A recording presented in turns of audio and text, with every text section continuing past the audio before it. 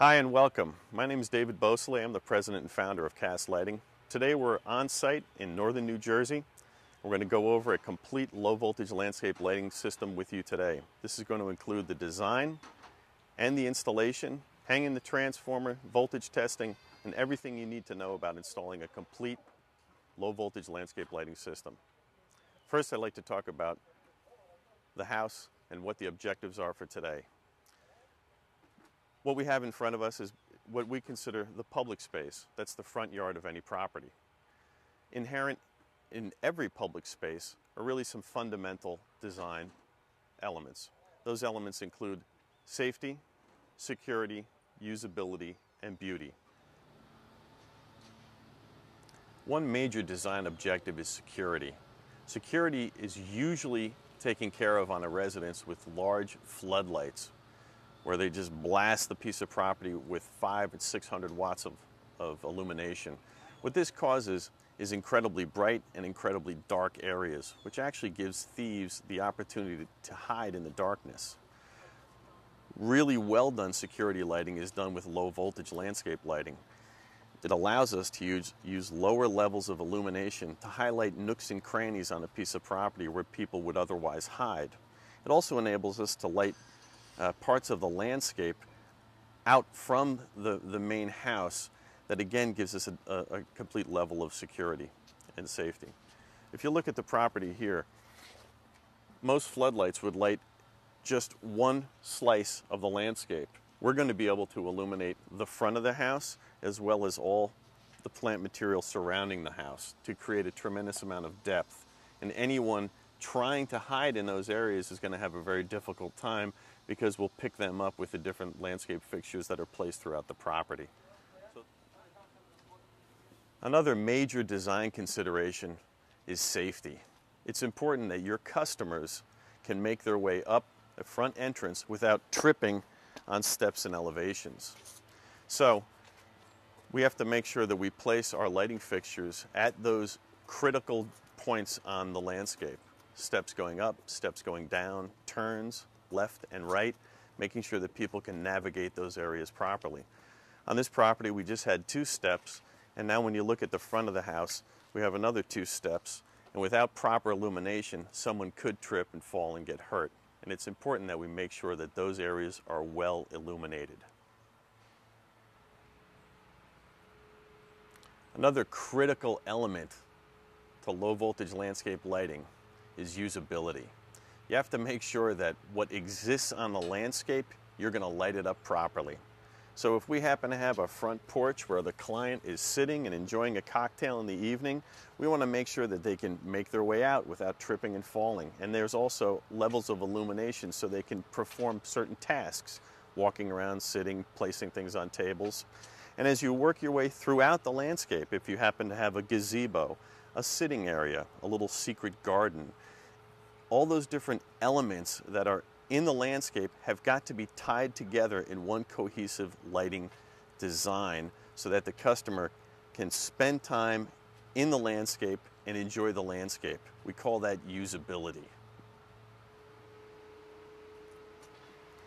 And now for the final part of the landscape lighting design. We call this beauty. This is where the personality of the homeowner and the landscape lighting designer all come together to create a really dramatic experience for the homeowner. This is a complete feast for the eyes. Your eye will move throughout the landscape. Your eye will focus on different visual elements within the landscape. We can direct your client to different parts of the landscape. There's just so much that happens in this part we call beauty.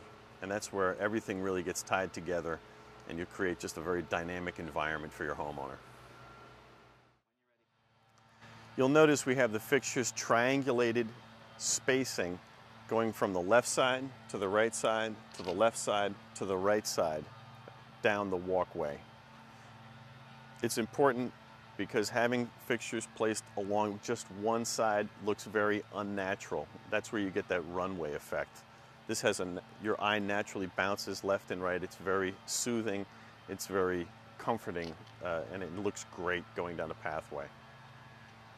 Now we'd also like to talk about how we went about lighting up the structure of this house. One important thing to realize is that this house is 2 stories. It has a very light exterior surface. What that means is there's going to be a tremendous amount of play or reflected light off of the exterior surface of the house. So naturally, the reflected light, when we light up against the house, it's going to kick out into the landscape, which gives us an added benefit of illuminating the property without having to use a tremendous amount of area lights throughout the property. So let's start down here at the corner. What we have is a breakfast nook off the back of the house, and we have about a 6-foot shrub, whatever you want to call it. I'm not quite sure the plant material. But what our intention is we have a fixture placed at both the left and the right side, triangulated, shooting through the plant material, which will cast beautiful shadows and light up that whole corner of the house. And then as we work our way through here, we also have placed another fixture behind this plant material, shining through the plant material and casting shadows up onto the side of the house. It's important when you're lighting up a clapboard, this type of a exterior of a house, you make sure that if you shoot straight onto the clapboard, what you do is you get a very unnatural black, linear, shadowed structure across the front of the house. It just looks really terrible. And what you like to do is you want to shoot up onto the structure of the house, but you want to catch some of the plant material so you create a shadow effect as well. It breaks up the linear clapboard effect. So we're doing that with one placed between the window and the right corner of the house. And then as we work our way out, we have the same plant material here. We're going to take and shoot again at 45-degree angle through this plant material, again to cast additional shadows onto the space and to create some depth with the property. One thing that happens is contractors fail to keep balance and symmetry in their overall lighting design. We want to make sure that we don't have one lit area, one dark area, and the house looks unnatural in the evening. So we have to balance this. So the same effect we're going to have on the right side, we're going to have on the left side. You have the same plant material, we're going to use the same exact effect. We'll be casting shadows up the clapboard side of the facade of the house. Now as we work our way through here, we have wonderful columns that are on the front of the house, on the front porch. And we need to define each one of these columns as you work your way around the front of the house. It just wouldn't look natural to have one column lit up and multiple columns dark. So what we've decided to do is we're going to place one fixture on the right side here, right column, front doorway, left column, front doorway, and then at each of the 1, 2, 3, 4, 5, 6 columns working away around the little pergola there. This is a beautiful cutleaf, Japanese cutleaf maple. And what we determined here is we're going to place 2 well lights at grade with grates over them, lighting up the underside of the cutleaf maple. We're not going to be shining onto the plant material, we're going to be lighting from inside out. Okay, so it's a much soft, subtler lighting technique.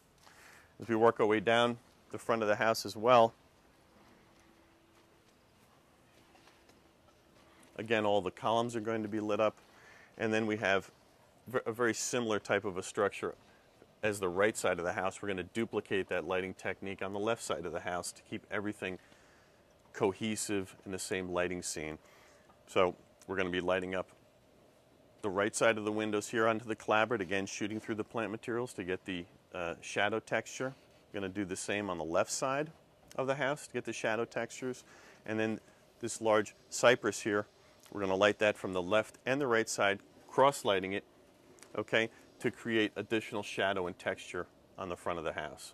And again, I mentioned this earlier, but it's important to understand that when you have a very light exterior surface of a house, you're going to have a tremendous amount of reflected light out onto the property. So it's an added benefit so that we don't have to place area lights throughout a lot of the small plant material. You're going to naturally get a beautiful amount of reflected light out into the landscape. So now we've really covered the front of the house and the walkway going up to the front of the house.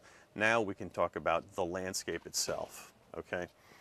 So now we want to create depth for the customer. We want to make sure that we're not just lighting up the front of the house and the walkway. Now we're going to extend that piece of space out into the landscape. We have some beautiful, and again, we're working with what already exists on the landscape. If they have nice plant material, we're going to light that up. We want to create depth and texture out into the landscape.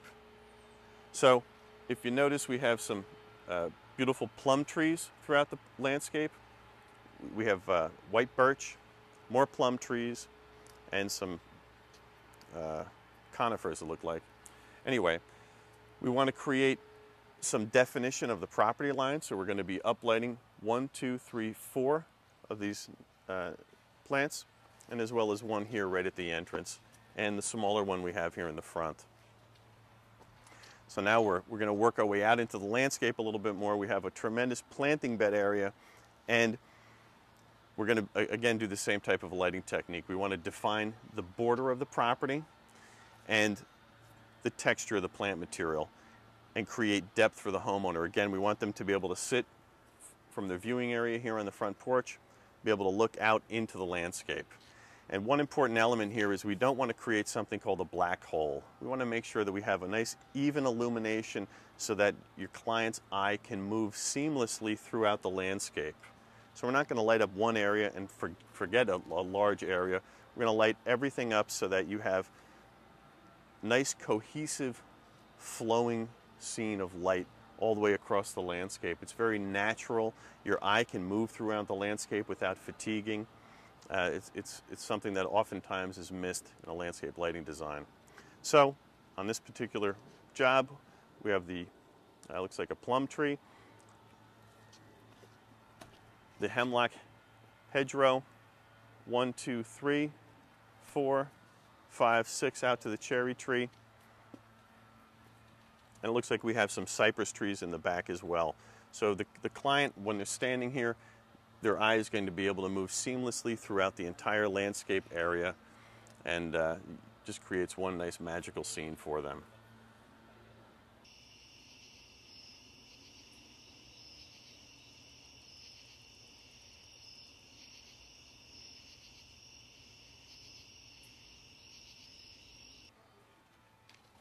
Hello, I am Jeff Hesser with Cast Lighting, and today we're going to show you how to install a lighting system. First of all, you want all your materials delivered to the job site. Next, we're going to open the boxes and we're going to place the fixtures throughout the property that have already been determined by flags.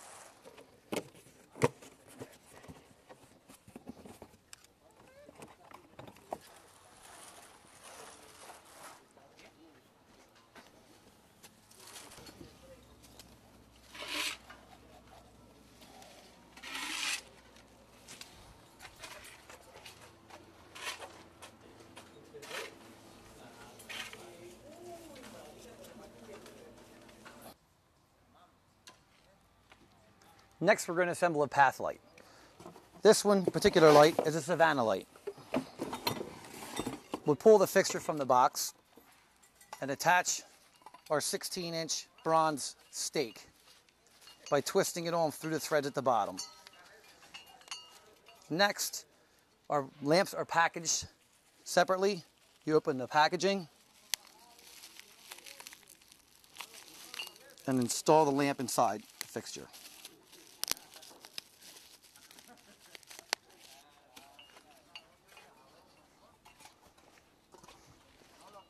What I like to do is I use a concrete pin or a spike and a maul to make a small hole in the ground to insert this large stake. Be careful not to hit sprinkler pipes.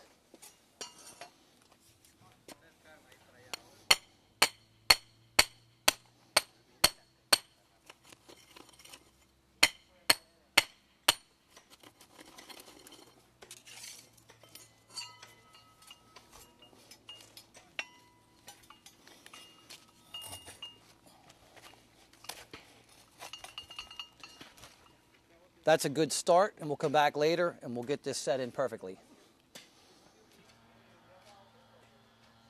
Now that we have our fixtures in place, what we're going to do now is we're going to run our home run wires from the transformer to our splice locations.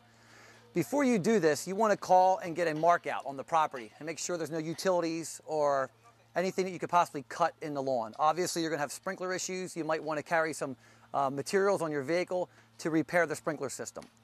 The first tool I have here is the cast trenching tool. This tool is a very heavy piece of steel that's used to slam into the sod or soil, and then you rock it back and forth, and it opens the ground up so you can come behind and lay your wires inside and then slip them down inside.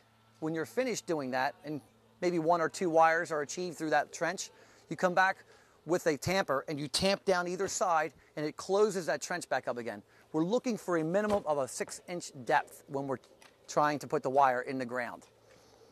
The other tools I have here are a spade, a flat spade, and a 4-inch trenching shovel. These are really well used when you're putting multiple wires, 4, 5, or 6 wires through one large trench. What I do is I would slice into the ground and I would fold the sod back out of the way. Once all the sod is folded from one bed to another bed through the turf area, I come back with my 4-inch trenching tool and I dig a trench minimum 6 inches deep. Put the soil on either a piece of wood or plastic, something to keep it off the turf, a nice clean job. And then we leave that open and we can come back and run our wires through those trenches. This is a demonstration on how to use the cast trenching tool. First of all, you want to start at the edge of the bed, lift real high and slam it into the ground, put some of your weight on it, and keep going until you've achieved your depth. By rocking it back and forth and slamming the tool in, it allows you to get deeper and deeper each time. At this point, I've achieved about a 6-inch depth. Now we continue this all the way from this bed through the turf area to the other bed. Go ahead. Now that our transformer stand and everything is set in place, what we want to do now is we want to pull our wire runs. The first thing we do is we use our cast wire spinner, okay? This is designed to take our roll of wire, slide down over top. And what we're going to do is once I get to the end, I'm going to pull this off, and we're going to mark the end of our first wire run. I take my marking pad, okay, take run number 1.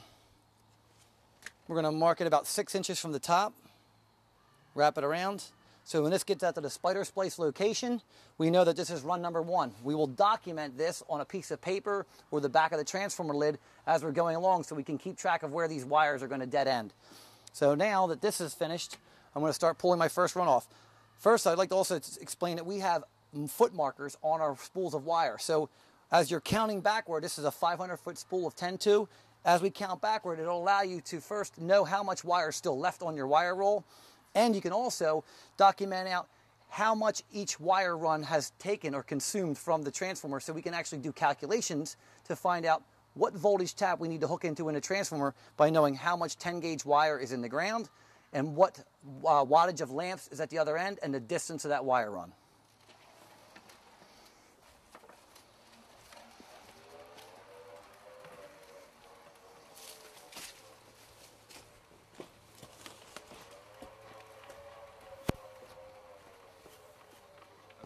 While pulling your wire, you want to take into consideration all your obstacles you have to go under or around. In this case, I have a piece of 1.25 inch poly in the ground. I have to swoop underneath, and then now this is a piece of conduit that's going to go under an existing walkway later on here. So what I'm going to do is I'm going to get it under there, and I'm going to fish this through this conduit. Now I'm going to be putting many wires through this piece of conduit today. So I'm just going to fish them one at a time. When I'm finished with all the wire runs, then we'll take this and we'll lay this down inside of the ditch and backfill it. But for now, it's easier for us just to get the wires through as it sits on top.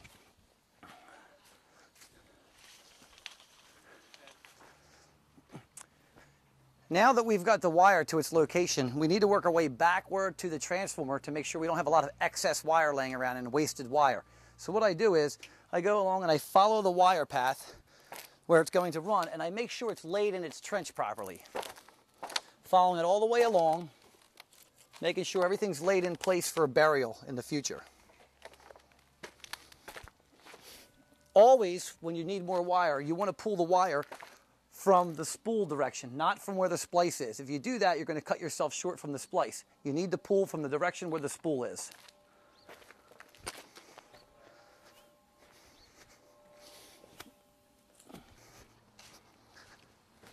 now that we have our wire in its trench all the way back to the transformer location, what we want to do is we want to spool off a lot extra wire, let's say 8, maybe 10 feet of extra wire that we can now spool up underneath the transformer so we have plenty of wire at the transformer to work with. We don't want to leave ourselves short. So now that I've got a nice run here, I'm going to clip this and I'm going to mark this end run number 1 so it corresponds with the other end in the spider splice connection. That way, when we go to wire this transformer, everything's documented as we go along, so you know exactly which wire run and where it runs. Another thing is, this actually says 300 feet, so that tells me this is a 200-foot wire run, okay? We have 300 foot here, means there's 200 foot. We started with 500 feet. Come down about 3 or 4 inches, wrap your run number 1 around, and now we're complete, and we'll just lay this here and we'll continue with the next one. Now that we've completed all of our wire runs in the trenches here, which is 11 runs on this particular job, everything's back to the transformer now, and we're going to go back to the transformer and we're going to hang the transformers and begin our wiring.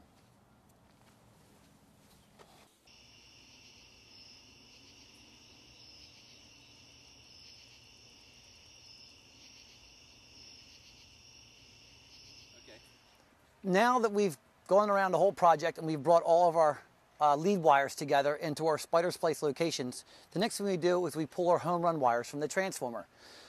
This is particularly run number 5. We've marked this wire with a run number on it off of a piece of pad that we provide in the tool bag.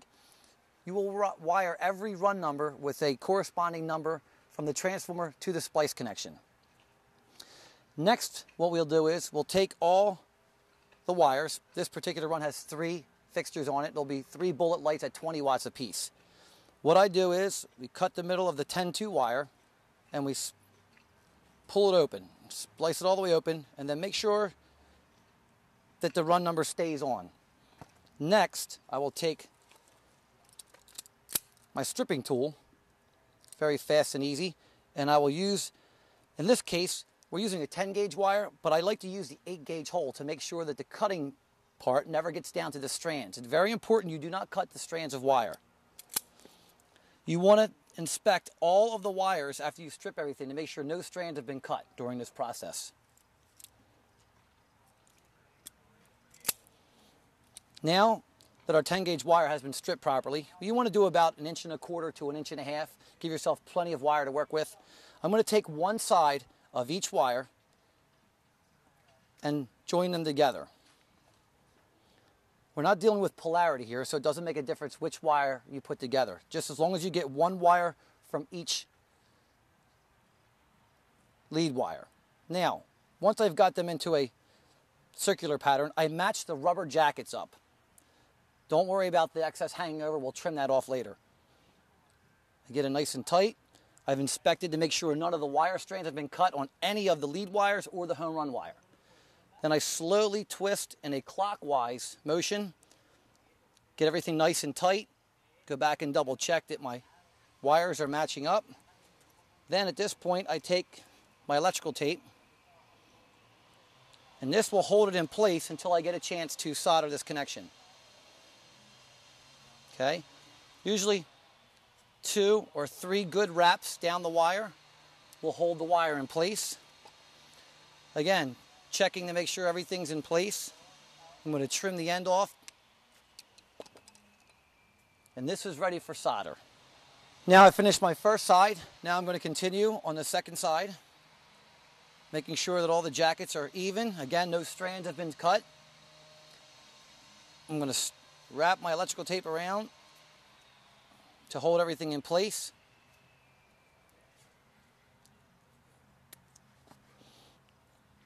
Now, if in the process you do happen to trim or cut a piece of strand of wire inside, just cut that wire and restrip it again. It's very important not to cut the strands. The amperage in a cut strand will jump across to the piece of wire next to it. It'll create heat buildup underneath of the wire nut, and eventually it could create a wire nut meltdown. Now I'm ready to solder.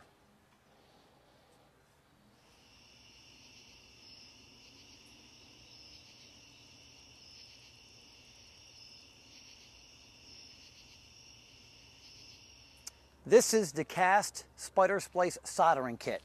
It consists of a pot of no lead tinned solder and a liquid flux. And the wooden box is for the rest of the tools you might want to carry around with you. At this point, we're ready to solder this connection. But first of all, again, you want to make sure that the wires are nice and tight and spun together in a clockwise position. And also, it's good to understand that you can only solder the cast no-ox wire. You can't do this with copper stranded wire. It's dirty and it will not adhere to each other. So you need to use cast no-ox wire. I'm going to dip it into the flux, let it drip off a little bit, get the excess off, and then dip it into solder. You don't want to breathe this in. You want to blow the stuff away. It only takes a second or two, and never want to get the rubber boot or jacket down into the solder. It'll melt into the solder itself. Now this is complete. I'm going to do the next one. Drip off.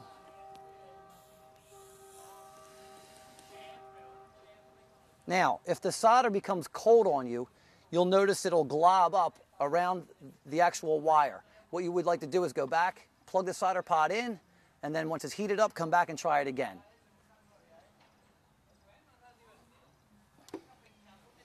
Once it's cooled for a few seconds, you can trim the end off.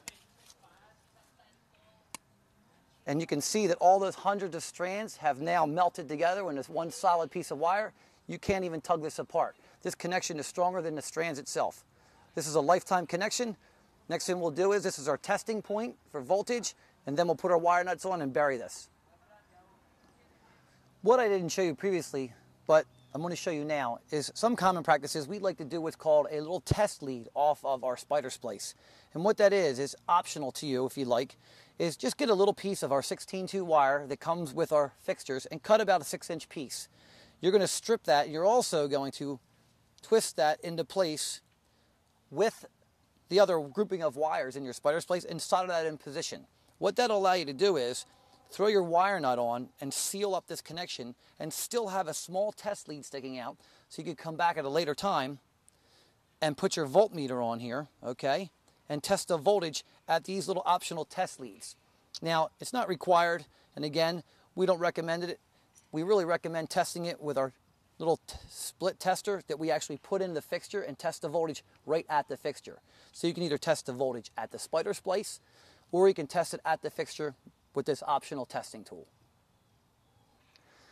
Now we want to protect our connections with a Teflon filled wire nut. These wire nuts are provided with your spider splice when you purchase the spider splice. 2 wire nuts come with every spider splice box. What you want to do is you want to make sure that when you put this wire nut on, that the rubber jacket from the wire gets up inside of the bottom boot here, and so it's protected by the Teflon grease inside.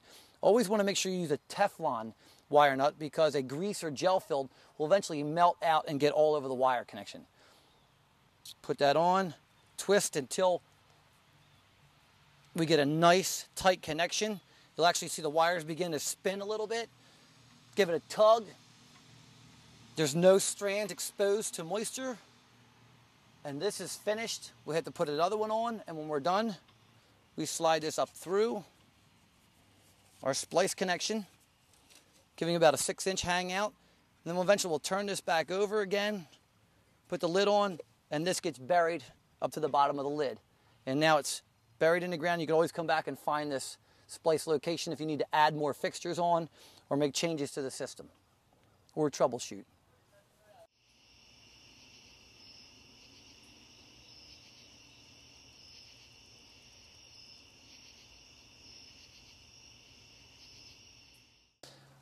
In some cases, you might have to add a couple feet of wire to an existing 25-foot lead in order to reach into a splice location.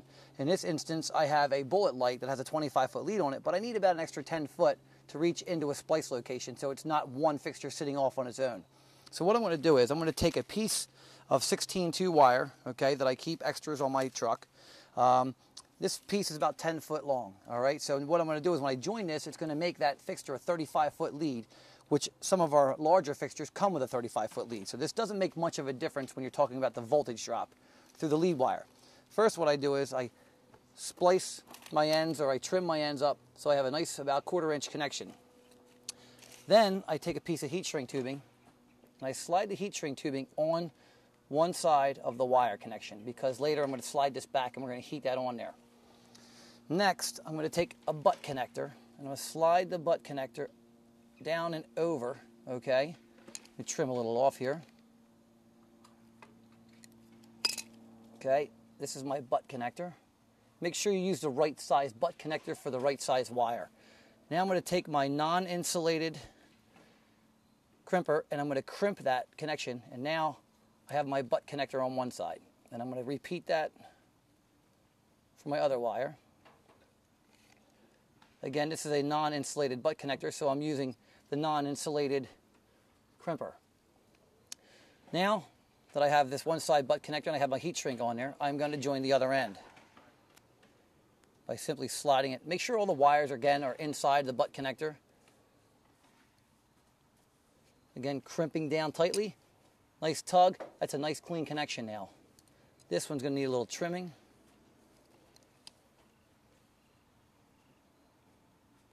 Sliding all the wires, making sure all the strands get inside.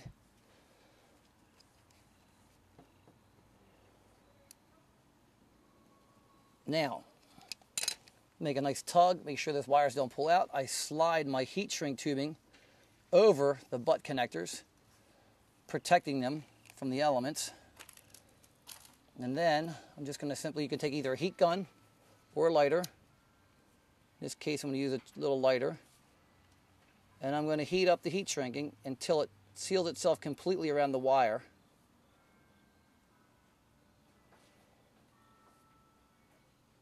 It works better with a Zippo, probably.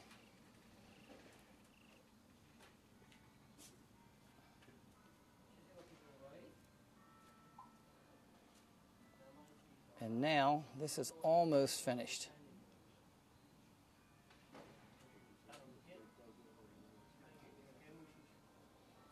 Now, we have a nice, tight, straight connection. I've added an extra 10 foot of lead onto my wire, and now I can take this and get the end of this wire into the splice location that I need to.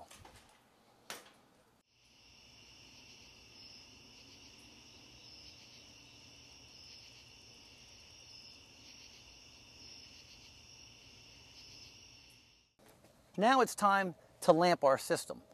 So what we've done is I've picked a 20 watt 60 degree lamp to go into this fixture to light this small tree here. What I'm doing is I'm going to take the shroud off, remove the shroud, take my MR16 lamp, and I want to put my fingers underneath the porcelain socket inside here, below the heat shield. And I'm going to make a nice firm connection by pushing the MR16 lamp down inside that connection. That's a nice tight connection. Next, what I'll do is I'll take my shroud. I allow the lamp to dangle out of the fixture because the spring inside is pushing up and the shroud is going to push down. What this does is it sandwiches the lamp in position inside of the fixture. So when you have the heat at night, when the lamp comes on, you'll have expansion and contraction. The lamp won't work itself out of the socket. So do not take and push the lamp down inside with your finger. Leave it dangle. Let the shroud and the spring do its job. Now, what we want to do next is we want to pick one fixture out of this splice. We have 4 bullet lights on this particular run. What I want to do is I want to be able to test the voltage at one of these 4 fixtures. What I'm going to do is I'm going to remove this lamp and I'm going to use my little double tester here. I pull the lamp out, plug it into one side of the double tester, put this tester inside of the socket, and now by doing this, the lamp will now be able to come on and we'll be able to test the voltage right here at this fixture. Now, it's important to understand that you only have to test one fixture per splice connection because the 4 fixtures that are on here all have the same 25-foot lead on them, so you have the same voltage drop from the splice connection to this lamp. So whatever the voltage is at this connection, you will have the same voltage at all of the other lamps on this run. So it's important not to cut the 25-foot leads, but yet bury them at the bottom of the fixture and leave them there for expansion in the future if you need to move the fixture around for adjustment. So this is how you test it. After we've tested the voltage here, okay, and everything is good and we're ready to close this system up, we can pull the lamp back out again, put it back in, close it up, In the meantime, what I'm going to do is I'm going to do what's called as documenting the tag.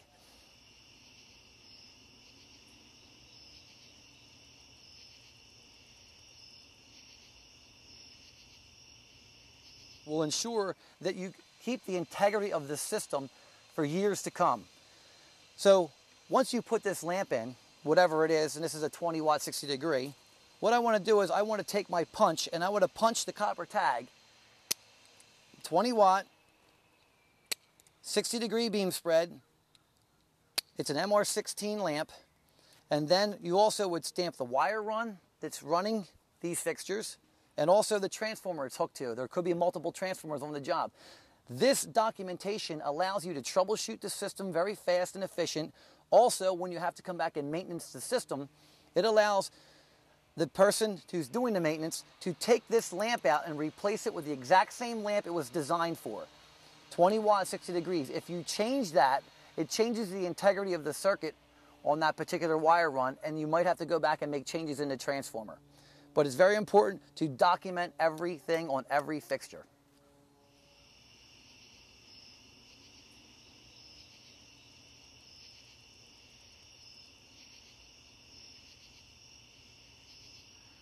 The instructions for assembling the transformer mounting stand is illustrated on page 17 of our hands-on manual. It just takes a few tools such as a circular saw, a drill, and a ratchet drive, and you can put this together quite simply for the cost of about $30 or $40. Very easy. All you have to do is read the instructions. Okay, let's take a second and go over the materials you're going to need to accomplish this task. First off, you're going to need 8 2.5 inch 3/8 galvanized lag bolts. And with that, you're going to need 8 3/8 washers. Now let's talk about the lumber you're going to need. We use pressure treated lumber. You're going to need 2 sections, 4x4, that are 68 inches long. And because we're mounting 2 transformers, we need 2 sections, 24 inches long, of 1x12 inch pressure treated lumber. So what we have to do is quite simply, and I'm sure you're all used to this, we're going to have to measure out with our tape measure 68 inches on the 4x4s. This one happens to be cut already. And then simply measure 68 inches on the next, score it.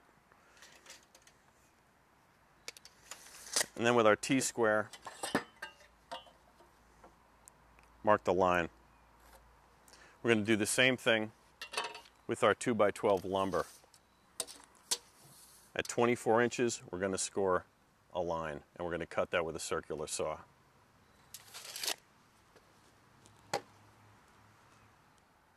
Okay, before we use any electric saws, you have to make sure you put on your safety glasses.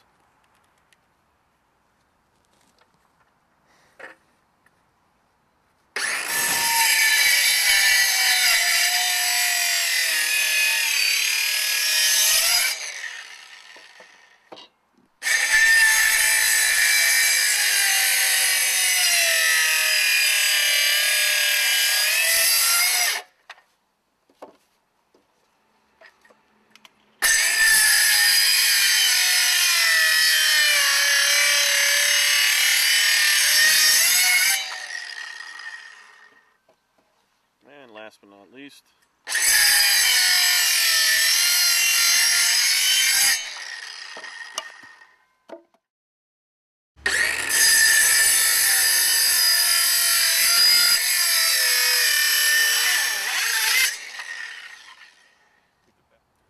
okay, now that we have the first 24-inch section cut, we're going to lay that on top of the remaining board. We want to make sure that they line up properly, and now we're going to score for the next cut.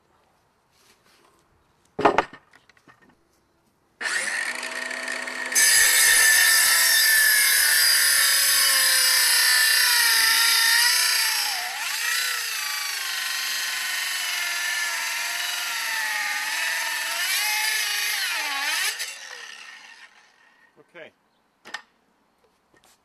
Well, we're done with the saws, and now we're going to move to assembling the stand.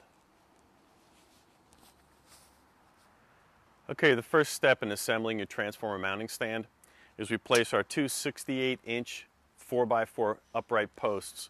We space them 12 inches apart, both on the top and on the bottom. And then we have, this is the front piece. We're gonna center these, the front pieces, so that they roughly, the overhang is roughly 2.5 inches on both sides.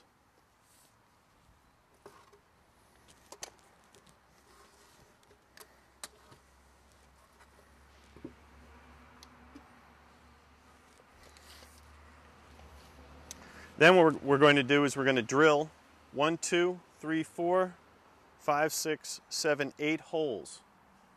We're going to countersink those holes, and then we're going to lag these front sections to the back 4x4 upright posts. Okay, now we have to drill 4 holes in each 2-foot section of the 2x12 in order to hold this to the 4x4 uprights. So what we did is 4 inches from the edge in puts us dead center on the 4x4 post. We want to break this into thirds because this is 12 inches long or wide. We want to go 4, 8, 12. So we're breaking this into the thirds. So we're going to take 4 inches from the bottom and 4 inches from the side. And then on the other end, we're going to be at 8 inches and 4 inches. So it perfectly centers the lag bolts.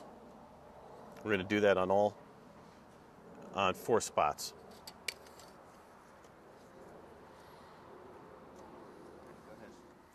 Okay, now we drill the holes with a 1/4 inch drill bit.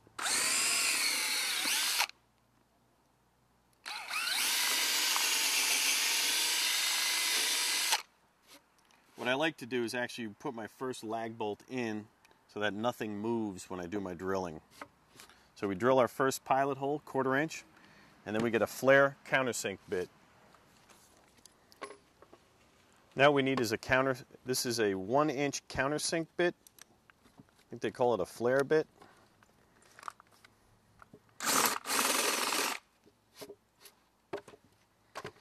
Then we take our lag bolt.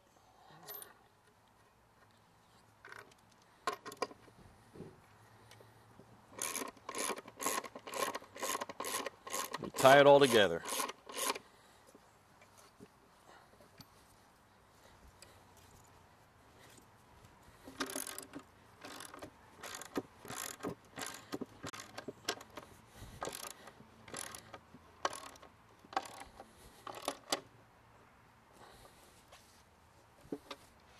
Okay, we like to countersink it so the transformer lays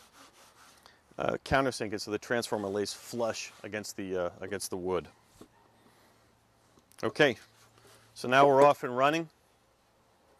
We're going to work our way up both sides of the stand.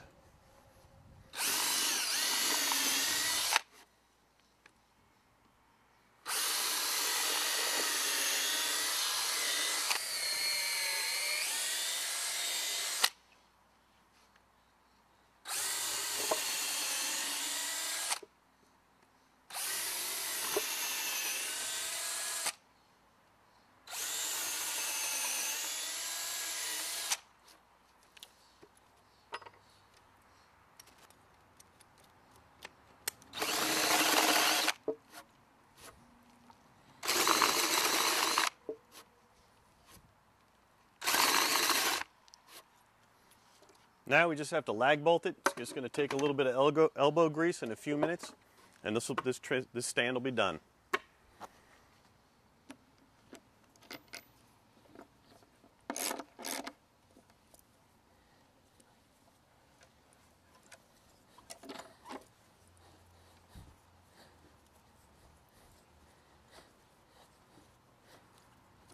Gotta love these Craftsman tools. Okay, well that's the last lag bolt. Make sure it's good and tight and it's countersunk. So again, the transformers lay flush against the lumber here. Make sure they're all nice and tight. Okay, well, there you have it. Let's show you what it looks like. We'll stand it up. This is what the transformer mounting stand looks like.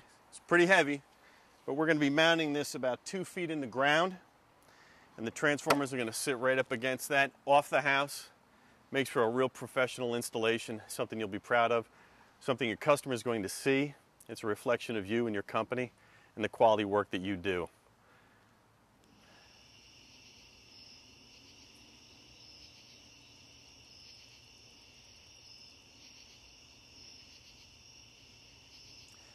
Here, now after we constructed our transformer stand, this transformer stand is going to be able to hold two 1500 watt transformers. What we've done is we've now leveled this and plumbed this off the house, and we also put 12-inch valve boxes beneath where each transformer will be hung, and construction fabric beneath that, so the boxes will sit nice and level. We'll be able to put stone inside, finish the bottom. We want to get a minimum of 12 inches from the bottom of the transformer to the ground level grade. That is electric code for mounting a low voltage transformer. As well as we are going to drill holes in the top of the valve box lid, so when we mount the transformers, we slide them into place, the conduits that come with our Master Series transformers will slide right into the housing and allow us to put our excess wire down in the valve boxes out of sight, buried beneath. So then if we have to come back in the future, take the transformers off to maintenance them or add more wire runs, it's very easy to pick the fixture up, lay it on its back, do our adjustments or add-ons, and then put everything back into the valve box and shut everything down again. Now we have our 11 wire runs back here at our transformer stand. What we like to do is, I like to do a little schematic when we bring the wires back, and I like to do a little as-built drawing and write down all the locations of where the wire runs are, and then all the wire runs are also marked at the end with a wire run number on them. After you've done that, then you can take this later and do a nice schematic for the homeowner to keep in case of additions in the future, or there's construction going on and you want to know where the wires are. Now that the stand is here, what I want to do is I want to mount our transformers. First thing I want to do is I want to measure in about 1.5 inches from the outside edge of our stand. Come in about 1.5 inches from the edge of the transformer stand, make a mark. From that point, I want to come in and I want to measure in, that's the outside edge, 1.5 inches. From here in, I want to go to my first mark, will be 4 inches. That'll be the first screw. 6 inches will be the second screw. 8 inches will be the third screw. Then, after I determine that, I want to come down about 1 inch from the top and make that mark. That levels it, and then now I'll countersink these and I'll pre-drill them. And I'll put my screws in and I'll dry hang the transformer.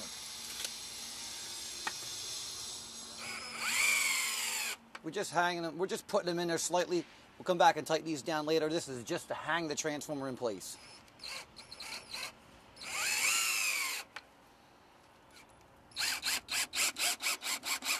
Here we go. Come back and we'll hang the transformer, and then we'll make a mark for our bottom screws.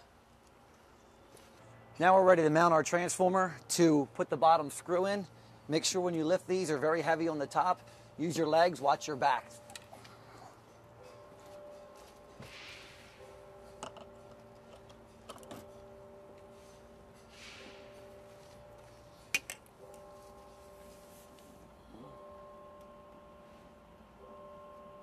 Nice and level.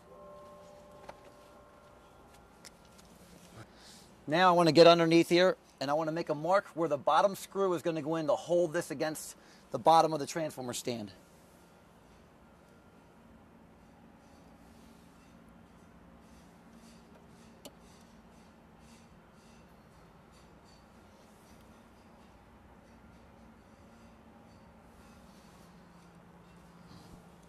Okay. Now that we've mounted our transformers one more time, we're trying to determine where our conduits are going to have to enter the lid of the valve boxes. So what I do is take this piece of conduit, and I want to measure from the bottom of the panel to the top of the lid, which is 15 inches. Then I want to add 2 inches, so when I put the male adapter in and I cut the hole out, this piece will slide 2 inches inside of the valve box lid for a nice clean installation. We do that by using a 2.5 inch core drill, and once I make my mark, we'll core drill the hole out. What I will do is I'll cut this to length and I'll slide it up inside the bottom hole with the male adapter removed, slide it back down, and I'll make a mark around the outer edge exactly where this piece will need to be drilled out and slid down inside.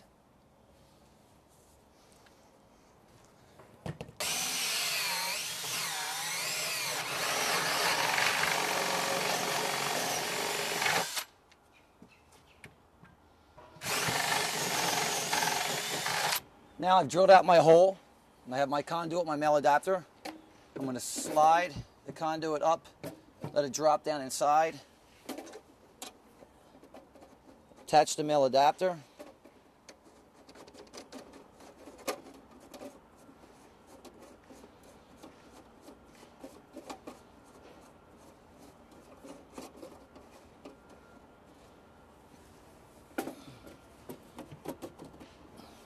and we're finished.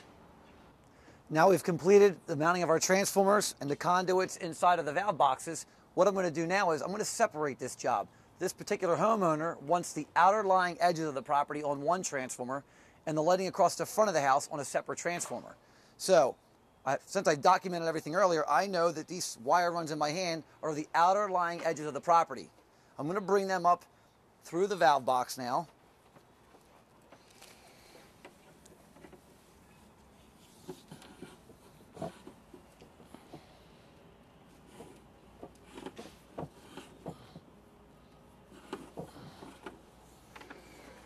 Through my lid,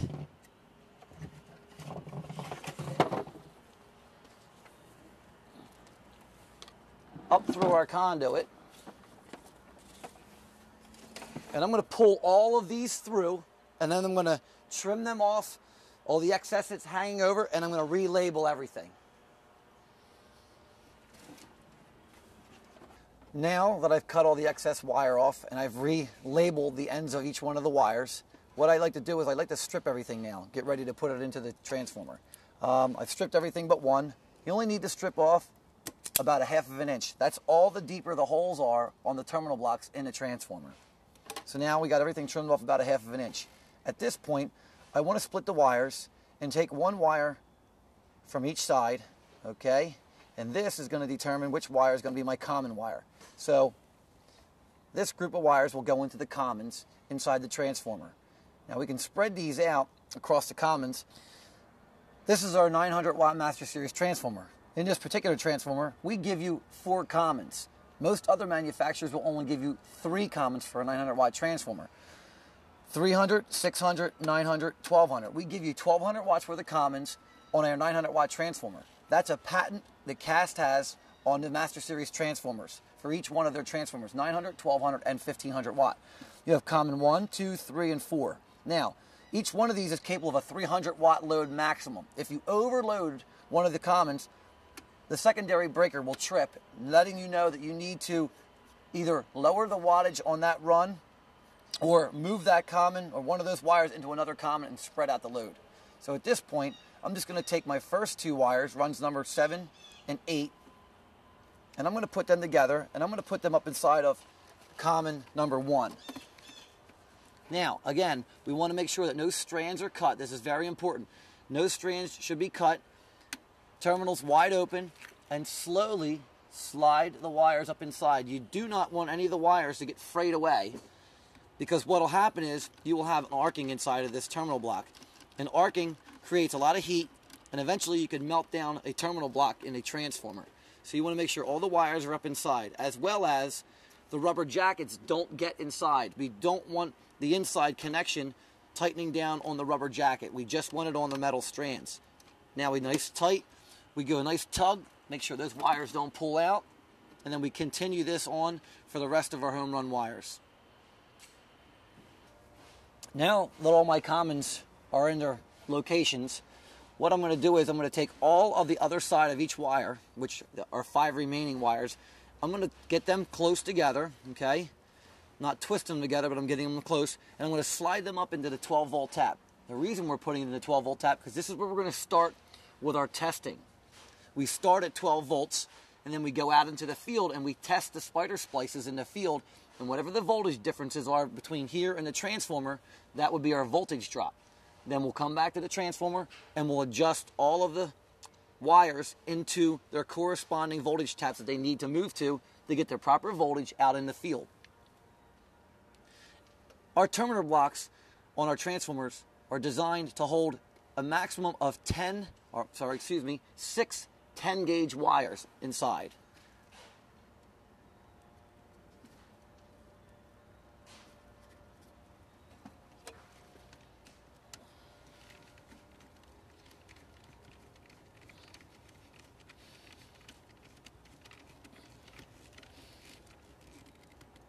Now, this is temporary because we will come back and have to adjust these out into higher voltage taps because of the distance of our wire runs. But for now, we're starting on a 12-volt tap.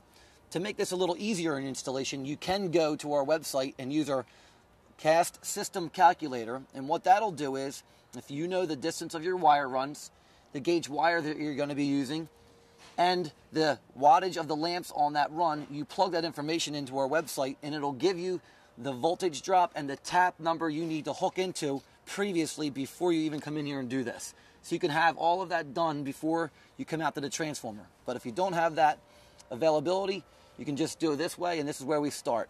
Now, what I did was to spread the commons out. Our commons can be manually used to shut off different locations of the property.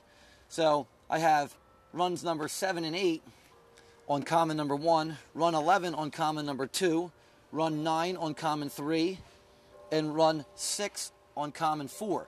This way, if the homeowner or whoever wants to come out and shut a certain area off of the property, maybe, you know, a seasonal location, it's a pool area and they're not using the lights around the pool for the winter, you can come in here and just by putting that common into its own terminal, you can zone the property off manually and shut those areas off if you're not going to use them throughout the winter. Now that we've finished all of our spider splice connections in the field and everything's been soldered and the transformer's wired, what I like to do now is mark all the spider splice lids for all the corresponding locations throughout the property. We have a toolkit, and our toolkit has a little stamping set. This stamping set has little numbers on each one, and what I'm just going to do is I'm going to hammer into the top side of the bronze cap here. Nice little dent in there. And I'm numbering these 1 through 11. And when I'm finished, I'm going to lay them out inside the property where the splices go with the sleeve and 2 Teflon filled wire nuts.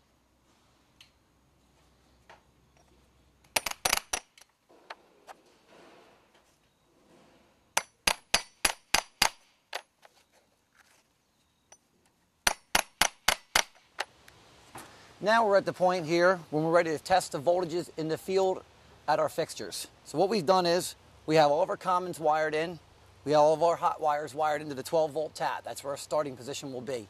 I'm going to turn the transformer on first. I'm going to turn my commons on, all 4 commons, and I'm going to hit the primary switch. In our transformer boxes, with every transformer will come a manual. This manual explains how to wire and install every transformer. In here, there's also a page where we need to go out in the field. We're going to check all the voltages. We're going to document everything in this booklet. And then whatever the changes are, we'll come back to the transformer, shut the power off, move all of our wires up into the voltage taps they need to have to move to, and then we'll turn it back on again, go out and retest the system one more time, make sure all the voltages are correct in the field. So at this point, we're going to get a marker or a pen. We're going to get our voltmeter.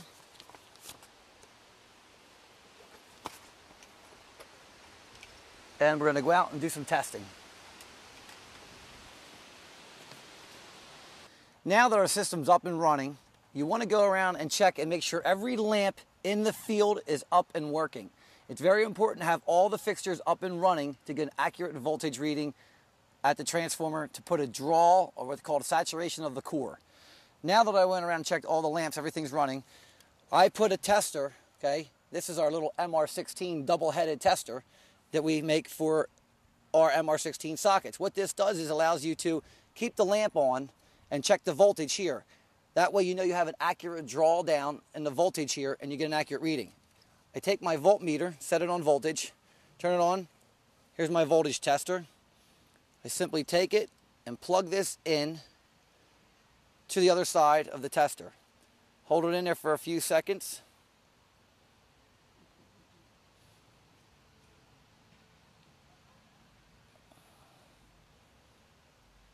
Now I'm getting a 6.5 volt reading, okay?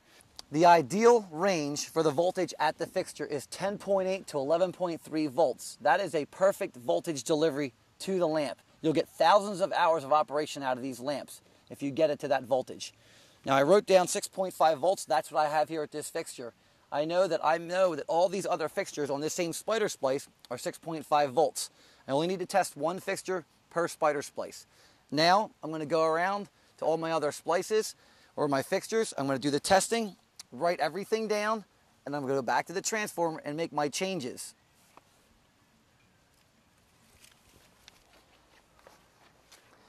I'm back here at the transformer again after I made all my voltage testing in the field, and what I did was I took my cast lighting transformer installation guide and I wrote down all the field voltage adjustments on a worksheet that we provide for you inside the manual. This manual is also in English and Spanish. So after testing all of my field voltage adjustments, I have run 6, 7, 8, 9, and 11 hooked into this transformer, and my voltages are 7 volts, 6.5 volts, 6 volts, 7.5 volts, and 8 volts. So now with those differences, I need to compensate for the voltage drop through the wire runs. So run number 6 is a 4 volt loss, so I have to take that 4 volt loss and reaccumulate that somehow. What we do is, with this multi-tap transformer, is because we start with the 12 volt tap, we simply add the voltage loss through the wire run to 12, and that gives us the correct tap in the transformer. So for example, we had a 4 volt loss in run number 6, which means I have to add 4 to 12. That's a 16 volt tap. And then we have 2 17 volt taps, another 16 volt, and a 15 volt. So now I'm going to shut my transformer off. Okay, now I'm going to go in and make my adjustments. Once my adjustments are done, I'm going to come back in here, fire the system back up, and go out and retest everything in the field again.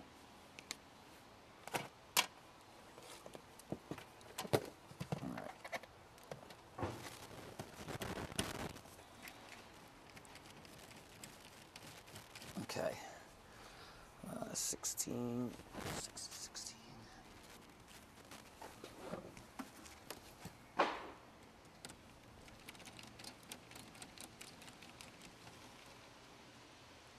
6 and 9.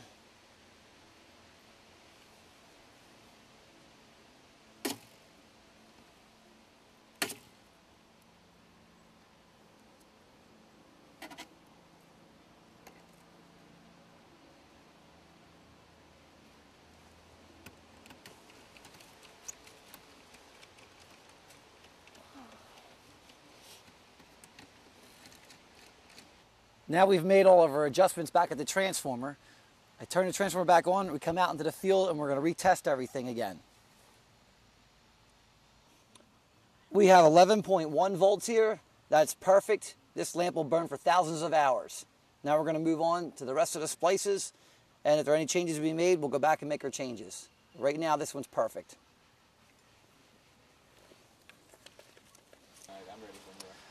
Okay, now we've finished all of our field voltage adjustments, and all the voltages at the lamps are perfect. They're in between our 10.8 to 11.3 range that we need at the fixture. Now, back at the transformer, I need to do some amp probes. Now, what we do is we take the cast multimeter, switch it to amperage, and now we're going to be dealing with the amp probe. What we need to do is we want to document everything on the back of the transformer lid. This is our as-built documentation. We wrote down the run number, the location of that spider splice. Now we're going to check the amperage of the run and also the tap that it's hooked into. We need to write this information down in here because if anybody ever comes in here and messes with this transformer while you're not around, you can actually come back here in an instant and tell if someone else was doing work or maintenance on your transformer. Our amp probe, what we do is we actually want to go around and amp around each individual wire. So I'm going to start with run number 6. Doesn't make a difference which wire, whether it's the common side or your hot side, that you're going to amp. In this case, I'm going to go around the number 6 wire, and I'm going to amp it. Once we amp that number, we just want to make sure that we're not over amping this wire. Now this is a 10 gauge wire, and there's a little cheat sheet on the back of our multimeter, and it gives you every gauge wire, the maximum amperage, and the maximum wattage. In this case, 24 amps is the maximum amperage that you can put on a 10 gauge wire. Once we get that number, we write it down, our amperage, and we write what tap it's hooked into. In this case, it would be our 17-volt tap. And you would do that for every wire run.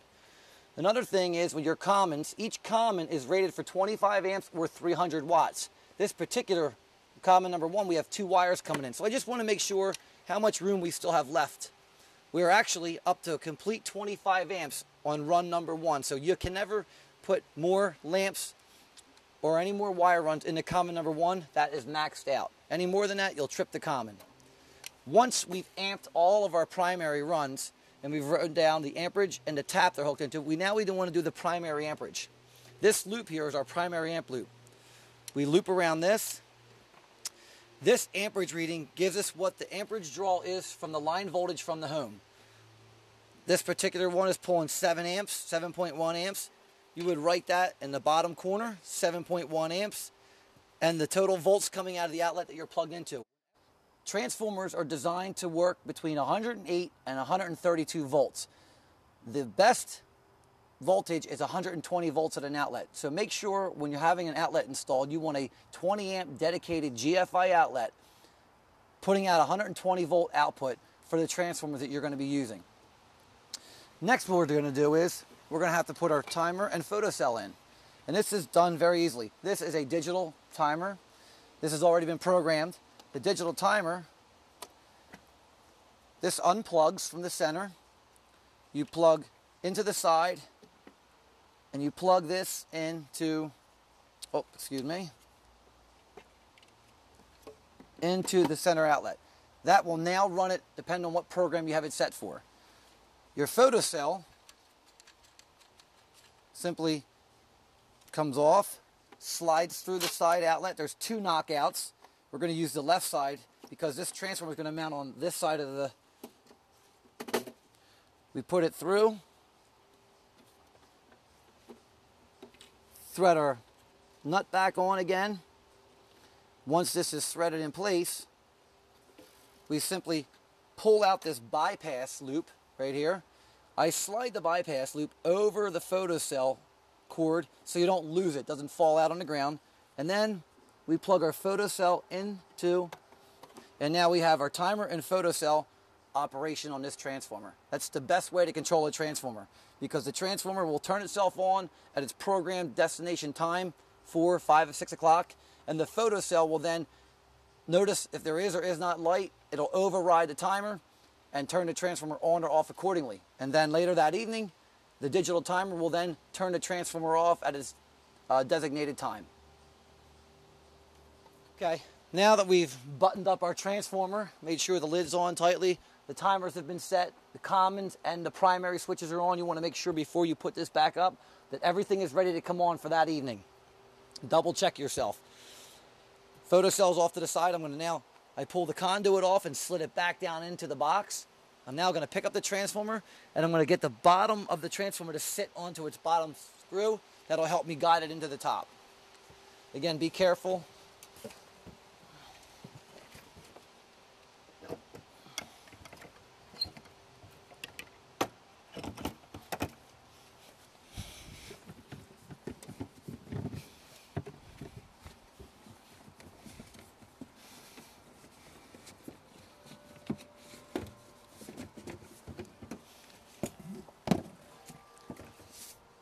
And there we have our mounted transformer. All we have to do is snug up our screws and we're finished.